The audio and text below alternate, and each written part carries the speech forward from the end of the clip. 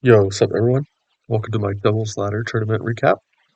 I was lucky enough to qualify in the last cycle, as you can see right here, and I just wanted to go over the teams I used, brief impressions of the metagame at the moment. Yeah. Anyways, okay, so here's the final standings. Rat Packer, Fan Game, me, Madara. This is cycle one. So the first four people out of 16 that will qualify.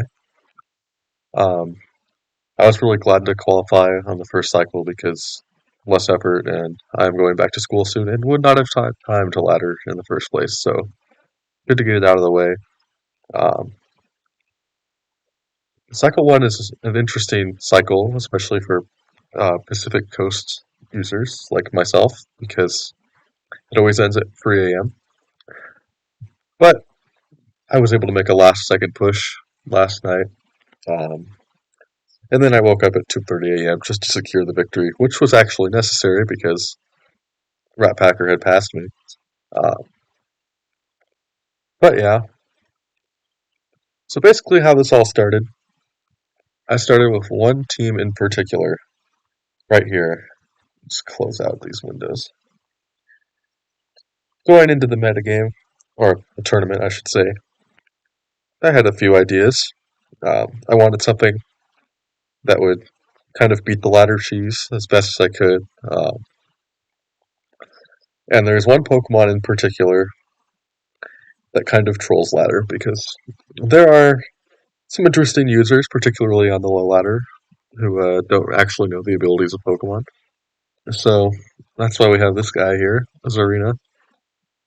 Now, this Pokemon is very funny because, obviously, so kind of like with Cleanly Majesty, you can kind of just A, it's a good ability in general, especially next to Basket Legion Female. Another Pokemon I thought would be strong into the ladder in particular because of its ability to just clean up games.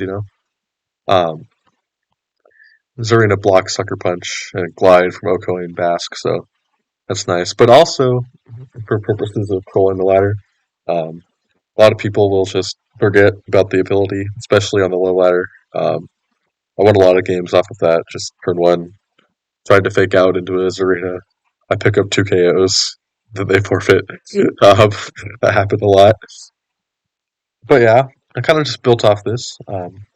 Zarina and Basque pair very nicely for the reasons I just said. Then I kind of just needed speed control. And then come to this interesting Tornado set that was pretty successful for a while. Obviously, you have your Protect, your Tailwind, your Taunt. I always just try to have like a decent number of Protect ones on every team.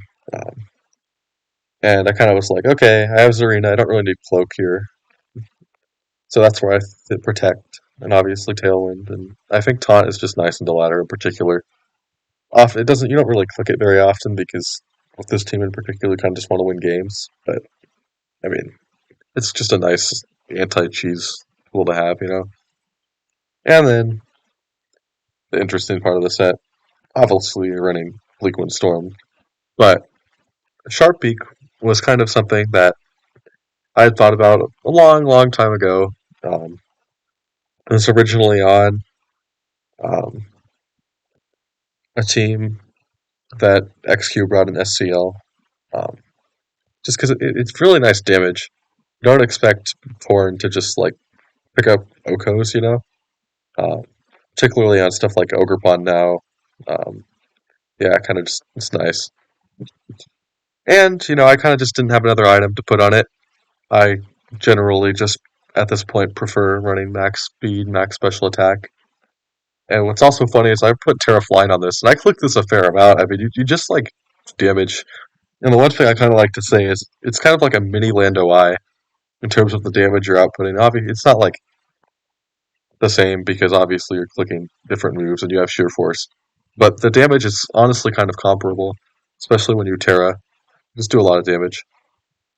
And so yeah, I thought this was pretty nice, especially another thing to punish Rillaboom when I'm running Basque. And then Landoi, this is one of my favorite Pokemon.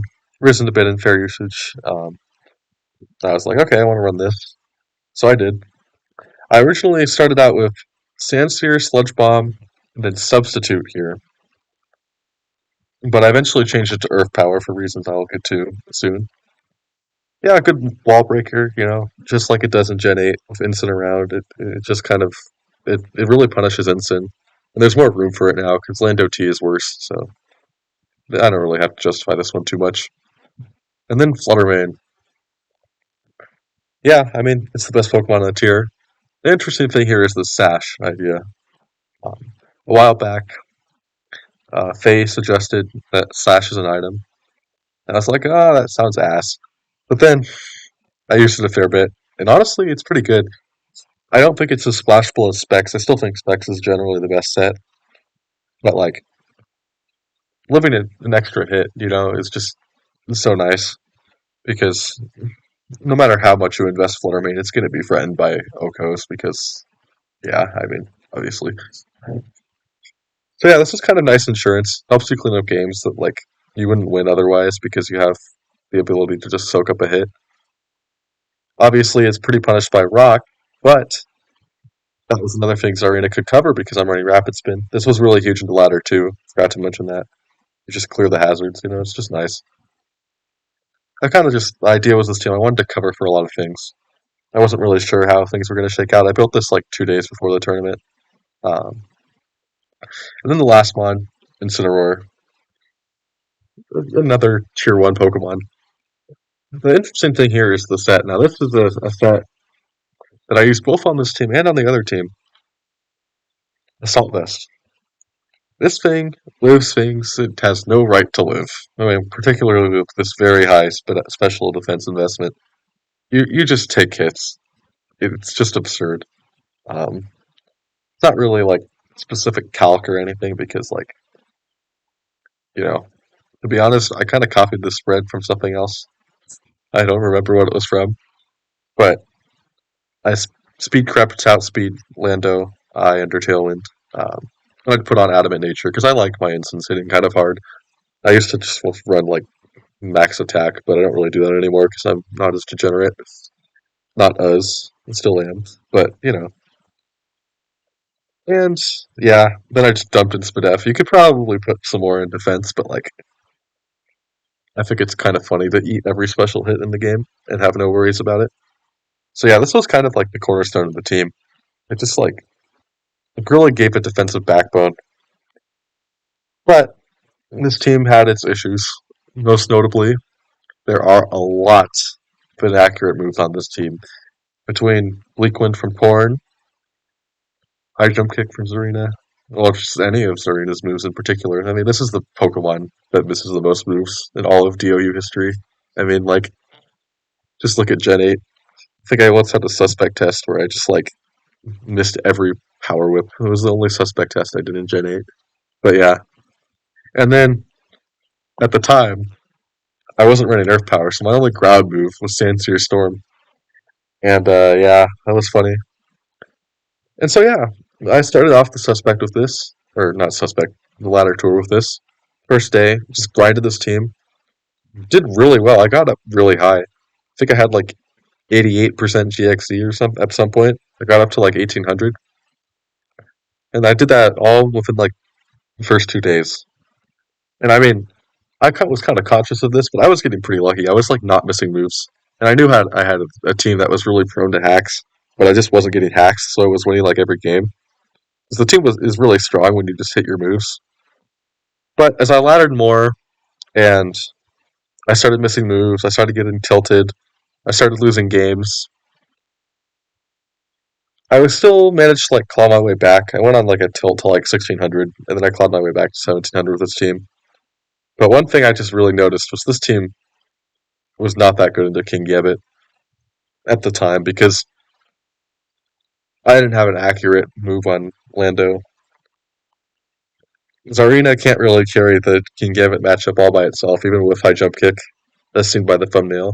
Shoutouts to Bagel and Smudge for helping me engineer that funny thumbnail of Zarina missing high jump kick.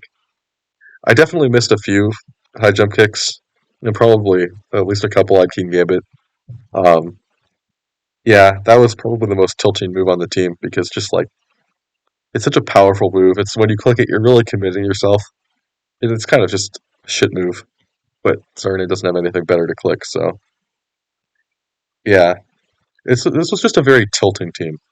Like if you, I would lose momentum. I'd lose a lot of games, and the King Gambit matchup was so bad. So that's why I, in a last ditch effort to try to salvage the team, switched Substitute off for Earth Power. And this is pretty successful. I mean, I climbed back up to like 1700 or so with it. Um, Team was pretty decent, but what I realized was like this was like a good team, like maybe to bring in a tournament even. But when with the high volume of games, you're just not going to be like very consistent when you're hitting like clicking all these moves that are inaccurate over and over. And I'm just someone that gets pretty tilted. I mean, like it's kind of an issue. Not really, but like it kind of just is when you're playing all these like games over and over. Um, so this team was good, but it honestly didn't like cut it. But I think it was really good into low ladder because it would just like win games without even like having to risk stuff because people will just whiff into Zarina. Um, so yeah, this is my recommendation for low ladder if you're just starting your account. Um, yeah, it's pretty good. Untitled 51. I will leave this paste in the description. I think I went over everything. Rationale for every set. Oh, one last thing. Basque, EV to leave Grassy Glide from Adamant Rillaboom, even if you don't have Zarina, because I just realized that, you know, EVing for that, there was no downside. I honestly felt that mod was really good. Um, these two really just paired really well when like I was playing it well. So yeah, decent team, but I would not recommend it for higher ladder when you have to like for higher ladder you're gaining less elo each game, um, so you have to play more, and that really opens you up to missing moves and tilting. Something this team was not very good at dealing with.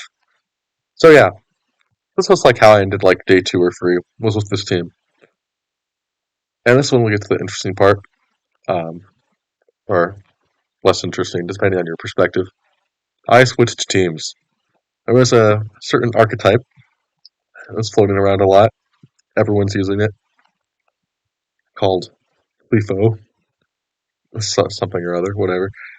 Um, so yeah, this team, or like this first 5, King Gambit, Landorus, Incineroar, Fluttermane, Ogerpon. It's seen a ton of usage, particularly in invites, which is also ongoing at the moment. A lot of people using it. I mean, I was just looking at replays, and I think JRL actually brought the same 6 I used here.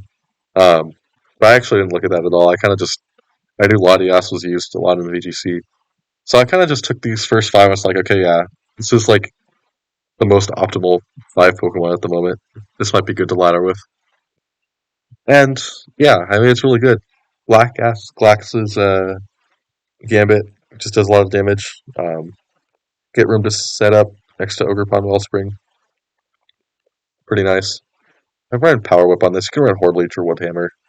It's, Schrodinger's grass move. Um, but yeah, Ogerpon set that I kind of just spam a lot. Very bulky. Um, and then you have Landorus as your wall breaker, Fluttermane as your another wall breaker. And I mean, these two can kind of carry the offense when King Gambit isn't even productive. And the one thing I did carry over from the previous team was the Assault Vest Incineroar, because I just felt it was really strong. It was one of the strongest pieces of the previous team. And yeah, the spread just felt really solid. Never really let me down. It's kind of like trolled Flutter. Like, there's just a lot of end games where you just can win because you have Incin and you just live everything. Yeah. So yeah, I was like, okay, these first 5 are like very, very strong. Obviously, people are using them for a reason. Bagel had used it. Um, JRL had used it. There were more. I think Akaru used it. So yeah, these first 5 really strong. I mean, this is seen usage in VGC too, I believe. And then Latias. This is not like a super creative thing or anything. People are using this in VGC more. Hasn't really picked up as much in DOU, but it's a good mod. Um, but I did run a slightly different set than what other people were running. I believe in VGC, a lot of people run Rocky Helmet and stuff. Um, what I decided to do was run Cloak. This is an item that historically I think is pretty good in DOU because it's a closed team sheet and you can kind of just troll, especially on ladder, because people aren't really going to play around things as much on ladder for the most part. Um, but basically, the thing I realized most was this team. This first five had everything. They cover for everything, but the one thing they do not have is any way to recover health. Um, and I think into ladder in particular, you always want like outs, more outs. And so like having something to recover health on your team is really good. That's why Pollen Puff is such a good move. But Diet Pollen Puff, ignore the fact that it came first, Heal Pulse. It's really good at that. And it can already cover for Tailwind too, and just it's just a good support mod. So I added this, and it was really good. Um, I just crept Lando Eye, figured that would be a good benchmark. Maxed out HP and then dumped in defense. Not really too concerned about this thing doing damage. Draco Meteor can do something once in a while, um, but it's mostly obviously just support. And I clicked Heal Pulse a lot. I mean, I think that was like the thing that made this team really good was Heal Pulse. Um, really just did a lot. Um, yeah, this team was pretty cool. Um, Unfortunately, I don't really have a whole lot of replays to share, but I will go over one particularly funny one when I was first laddering with the team, and then I will do more of a recap of how the second half went. Okay, so this is one of the first games I played with this team. I just loaded up ladder, queued up to this guy, um, and they're running very interesting gimmicky team, typical ladder, to be honest. Um, but I think this is just a good illustration of just like even into the most gimmicky stuff, this team just kind of like plays extremely solidly. And this caught me very off guard on turn one. This was not what I was expecting. Um, as they just totally boost their Deoxys, and I was like, okay, well they're just gonna do that the whole game. So I'm just gonna kill all the rest of their mods with Kingambit. And that's literally what I did. Just an example of how this team kind of just beats cheese. It's the best archetype for that reason at the moment, I think. Um, yeah, there's some pretty funny moments of the game, such as yeah, I don't know why I tried attacking Deoxys there. It was not going to faint, but we're about to see a very interesting move sequence here. This Kingambit is about to one shot an Ensign. But yeah, Kingambit's pretty strong at the moment. Um, really punishes Ensign, which Ladder runs a lot of Ensign because for obvious reasons.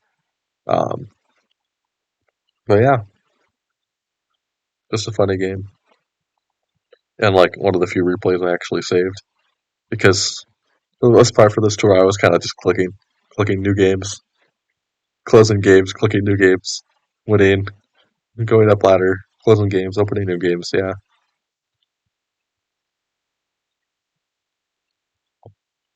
So, anyways, after this game, when I was just running this team, I realized one of the best things to do was just to ladder incrementally. And so that's kind of what I did. I made incremental progress, just playing a few games here or there.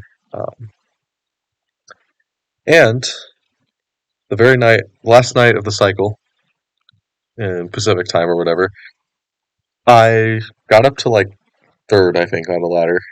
Um, I was behind like Kyle Cole and Fangame, and I was like, okay, I'm not going to risk laddering anymore because last year that's what I did. I kind of like really messed up by laddering when I was already in position because I didn't really do it very smart.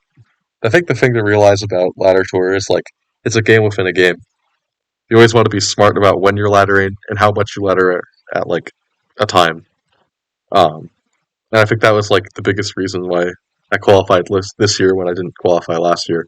I was just a lot smarter about when I chose to ladder and like how much I chose to ladder. So I just spaced out games, took 2 to 3 at a time, and this team was like so consistent that like I knew if I focused, I could beat pretty much anyone with it. I had a really good game with Bagel right before the deadline, which I for some reason did not save the replay. But that was not right before the deadline, but that was the game that put me in position um, at like third or whatever. By the way, qualification this year was just like absurdly high. Everyone was around 1900. Like last year, everyone was like 1850, but this year, like in part because of um, Shima.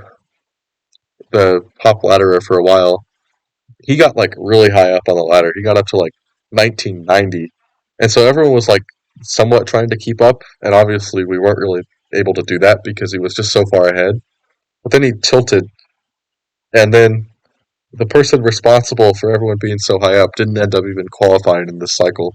Um, it's pretty unfortunate. But that's why everyone was so high up, and so I was like very afraid because the higher up you are on ladder, the more elo you lose.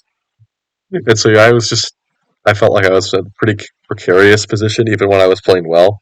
So that's why I just played a few at a time, kept my concentration up, because I didn't really want to risk it at all.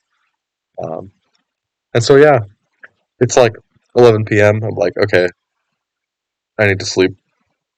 But at the same time, I knew the Europeans were going to wake up, and I was afraid they were going to pass me. So I just set the alarm for 2:30 a.m. And then I woke up, got out of bed, and I was in fifth place because Rat Packer was about to pass me. Um, and so I queued up one last game, and I won that game. And then I got into position uh, and qualified. And so yeah, that's the story. Second team is right here. Pretty standard stuff. Uh, yeah, thanks for watching.